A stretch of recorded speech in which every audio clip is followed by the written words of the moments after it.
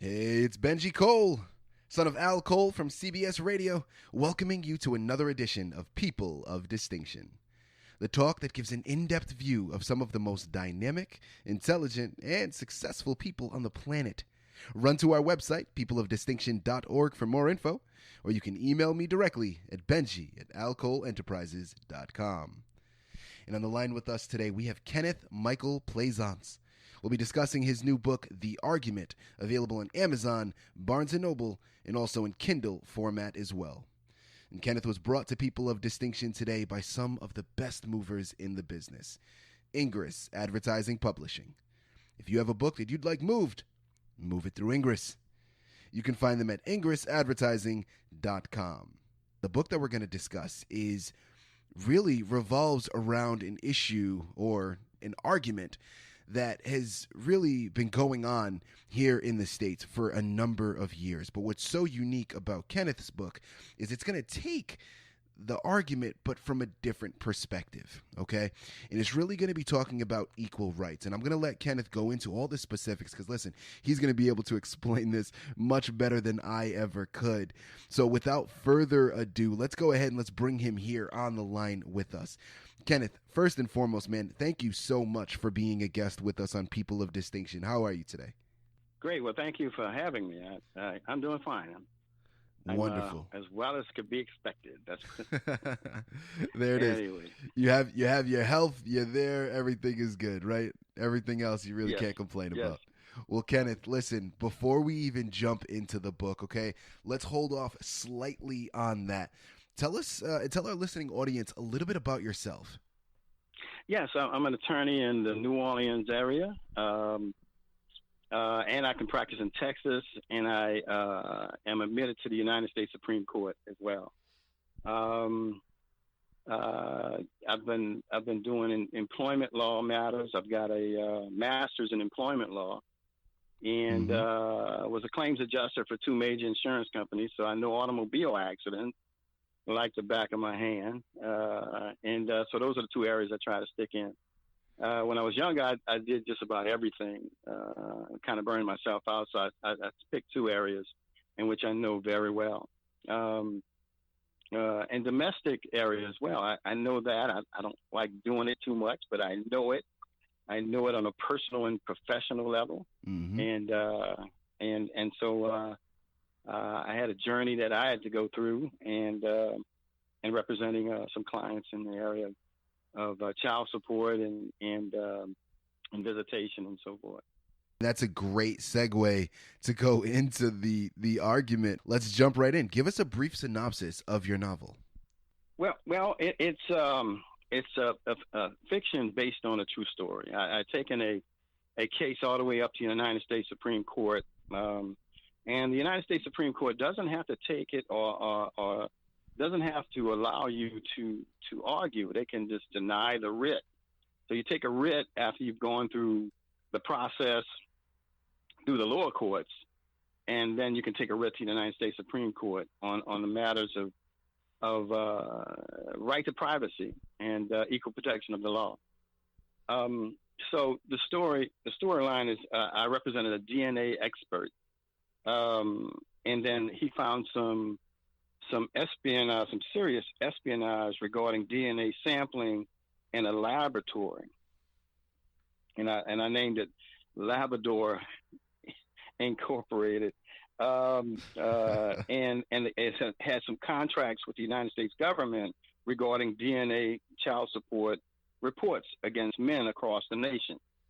So my client was trying to subpoena some records, and he was a DNA expert, and he was a quality control expert in laboratories. So he knew exactly what needed to be gotten from a laboratory. And his argument was they're not calibrating the machines, so that there's some false positives. He says the DNA science is good, but they don't calibrate those machines, and they fail to give him a subpoena for the documents that he needed to really make the court aware that maybe the kid is not his. And that's basically what he was trying to do. And they put him in jail 4 times on contempt charges, and they didn't want him to get that information from that laboratory. And then a couple of months later, he was found dead, and that was kind of shocking to me because I was going to use him as an expert for my other clients. And so you never know why, but this guy was healthy, and he ran. We call levees down in New Orleans. He ran about 4 miles a day, and so he was pretty healthy, and it just kind of struck me strange when he passed. Anyway, so that's where it's at, and then there's other nuances of the book, but the argument is, of course, we've been talking about this, the Roe v. Wade case, and so we made the argument. And the argument is there's a right to privacy to choose whether or not you want to abort or not, or beget or not, conceive or not. So there's a right to choose, and it's a privacy right that was an implied right from the Constitution. Now they call it penumbra rights, and what that means, implied rights. Now in the Constitution, it doesn't say anything about a right to privacy. Now, the state court has an invasion of privacy. You cannot invade a person's privacy. So there is a state constitution that might say a privacy right, but the Constitution, the United States Constitution, does not say anything about a right to privacy. So what the court did in Roe v. Wade, they said, well, we're going to take it from a penumbra right, which is an implied right. So that was the first thing that I didn't like too much, because both genders have a right to privacy. The male has a right to privacy to beget or not, or to have something to do with that. The female has a right to privacy to whether or not having an abortion or not, or create or not create, or procreate or not procreate.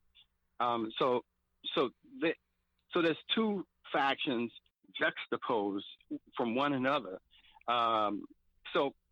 So the problem then becomes, whose right is more important? Is it the female or the male? So they gave the right for a woman a right to privacy, to have or have not. So what it does is it makes the guy's right to privacy unequal. He's been treated unequal. So the Equal Protection Clause then comes in and says you're not supposed to. Everybody has an equal protection of the law.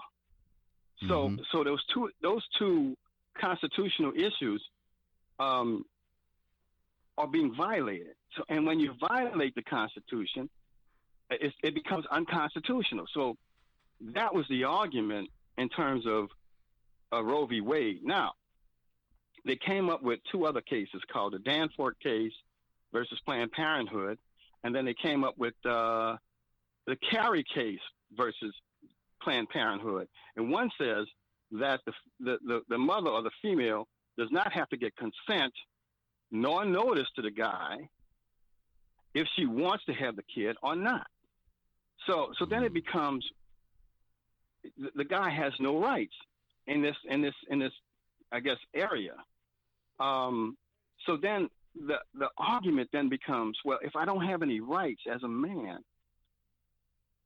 then you cannot force me in an obligation of child support because it's your choice. It's your right. So then I argued that a couple of times. I have my personal case that I argued it, and they failed to publish it. But then somebody took my argument and went to another circuit, and they published it, and I was livid.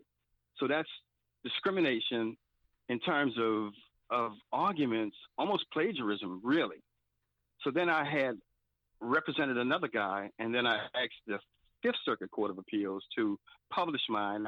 I don't mind being a minority viewpoint on this. I just want it published so somebody else can argue with it later on. Absolutely. And so then it gets tricky. My argument then becomes the unilateral right to choose. A woman has a unilateral right to choose whether or not to have a kid. And when she makes the decision to have the child. Then the statutes of proving paternity comes into play, and you can most states has an ex parte order ordering the guy to give his DNA or his blood. There goes again another right to privacy that's been violated. Mm-hmm. I mean, what you're doing is that you're giving your own blood or your DNA against yourself, because then what happens is that they send it to a laboratory, and my client, of course, the DNA expert, was trying to get that information. And what they do is they're not saying that you 100% are the biological father.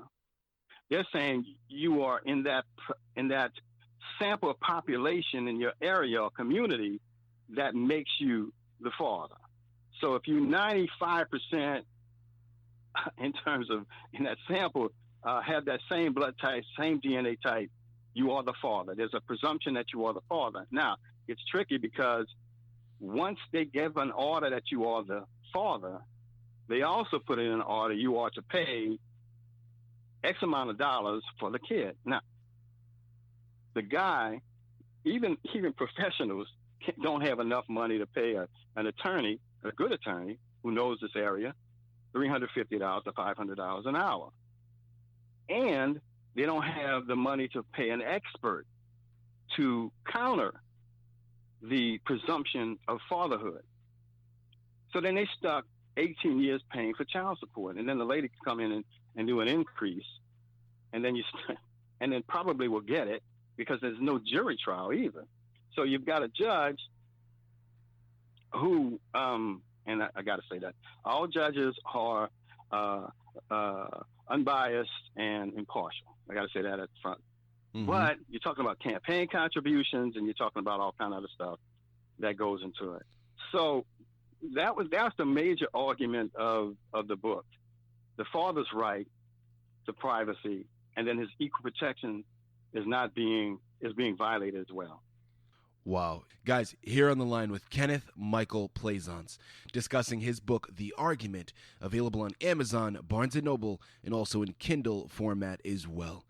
You know, Kenneth, what is amazing about what you're saying is, listen, again, as I started off the interview by saying, I mean, this is an argument that has really been around, I mean, for a number of years. I mean, you highlighted the Roe v. Wade case, right? I mean, this is something that has been steeped in our culture for years now. But what I think is so unique is the perspective in which you are taking in this book. A lot of times we always focus around this particular discussion from a woman's perspective and her right to choose. And listen, we are not saying that women shouldn't have the right to choose. That is not the stance that you are taking in this book. You're merely just offering the perspective from a man's side of view, right? And what he also has to contend with within these current situations. And I think that is such a refreshing and a unique perspective to take. And I thank you for actually taking that stance, because I know, as you said, you know, you're probably going to be in the minority with this, right? I think a lot of times when it comes to this discussion, ultimately, if you even examine anything aside from the woman's perspective, you're looked at as really going against it. And I really want to make sure that our listening audience knows that we are not here to go against a woman's right to choose. That's not what the argument is about. It's merely offering a perspective from the other side of the table. And that, I think, is so unique. And really, I commend you on formulating this discussion. Now, following off of that, because there was so much to unpack in what you just gave. I mean, listen, we know about the book. We know about the title. Next thing I really want to ask is, in terms of the inspiration. Now, you've answered what inspired you to write this particular narrative, right? And how you are connected to it. So we've already covered that. And if there's more to the inspiration for this particular narrative, please, feel free to go into it. But really, what inspired you to be a writer?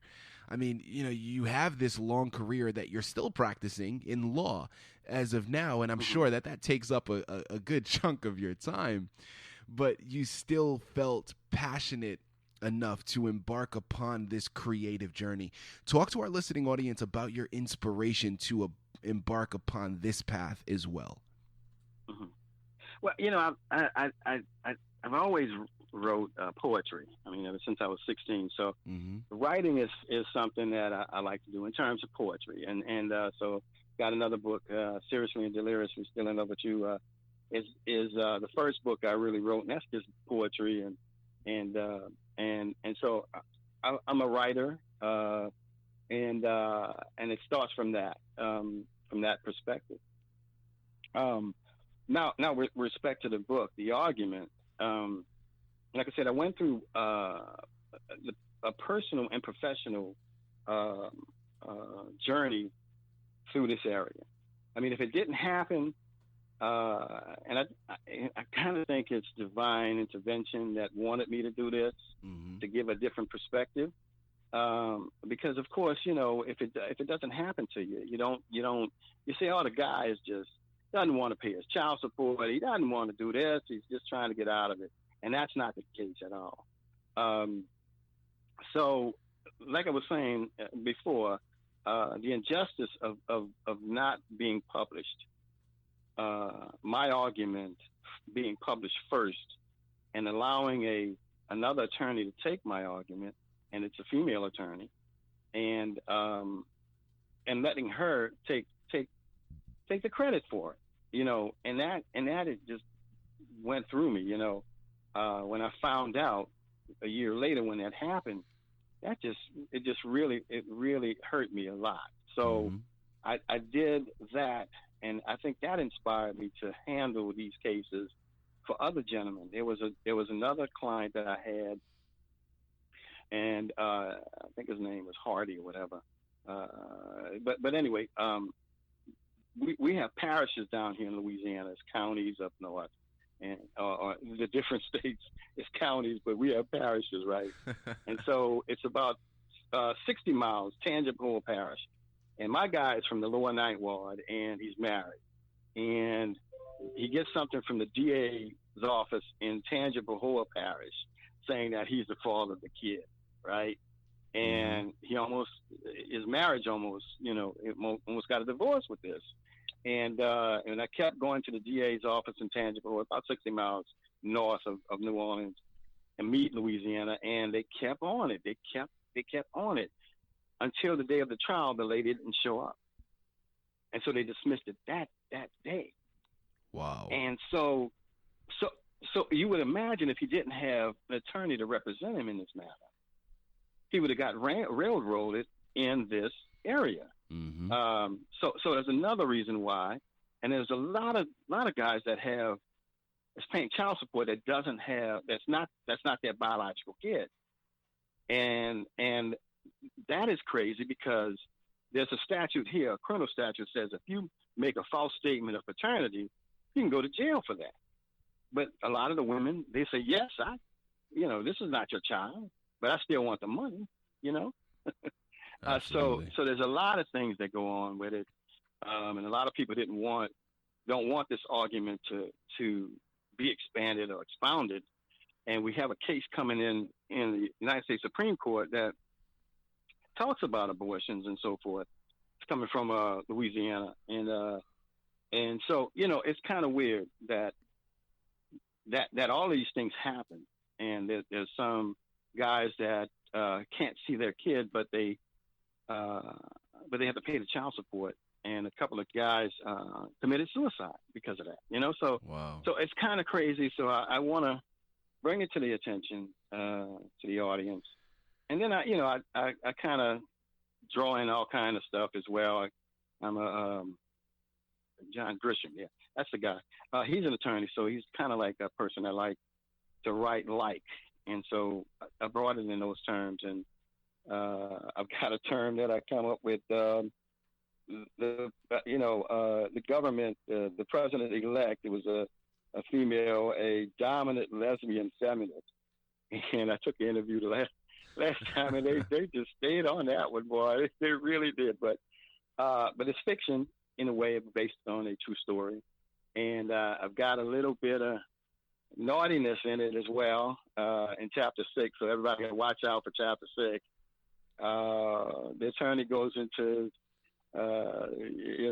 he's in court and he's just daydreaming, and he goes into all his escapades with other women when he was younger.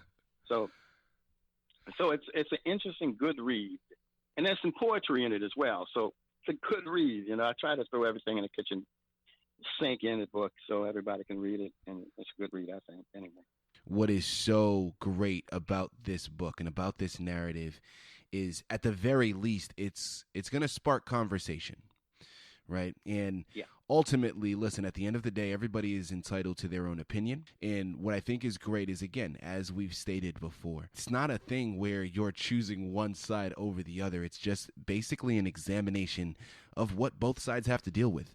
And I think that in and of itself is going to be beautiful in terms of the conversations and the awareness that it'll be able to create for everyone involved. So, Kenneth, thank you so much. Now, listen, we have a little bit of time. Guys, that is not all. Okay. Of course, we just finished discussing The Argument, again, available on Amazon, Barnes & Noble, and Kindle, by Kenneth Michael Plaisance. But in addition to that, and Kenneth started to briefly touch up on it, but he also has written a poetry book, okay? It's called Seriously and Deliriously Still in Love with You. That is also available on Amazon, so you can pick it up there.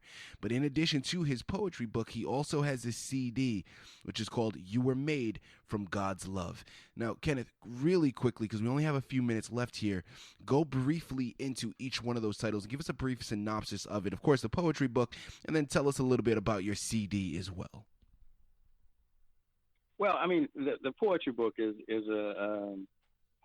when I started writing all the way up to I think it was 2003. So I got all of the poetries out of the closet, and I put it together, and I made it out of a book, and I had a compilation, a CD as well. And then Hurricane Katrina happened, and all my stuff just floated down the street. Let's put it that way.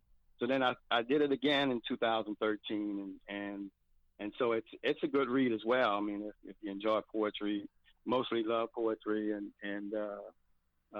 kind of like that one. And lately, I've been on a inspirational kick, and for the CD, this new CD I got out, and it's spoken word, but it's dealing with inspiration.